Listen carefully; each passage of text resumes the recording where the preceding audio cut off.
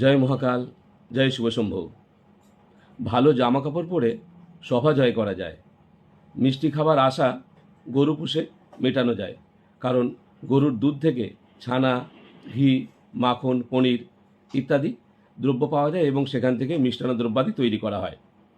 গাড়ি থাকলে রাস্তা বা পথ জয় করা সহজ হয়।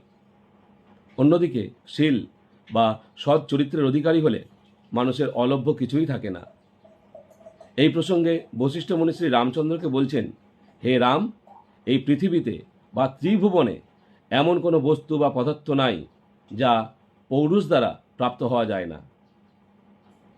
এবং এই প্রসঙ্গে স্বামী বিবেকানন্দও বলছেন, পৌরুষই হলো আমার নতুন সমাচার। তাই আমরা যে কর্ম করব সেই কর্মের সাথে যদি আমরা আমাদের সৎ চরিত্র বা পৌরুষ যুক্ত করি, সেই কাজে অবশ্যই আমরা সফলতা পাব। সৎ চিন্তাভাবনা, সৎ উদ্দেশ্য এবং সৎভাবে যদি কার্য করি, তাতে আমরা সফলতা পাবো, এতে কোনো সন্দেহ নেই। সবাই খুব ভালো থাকবেন, আনন্দে থাকবেন। জয় মহাকাল, জয় শুভশম্ভু।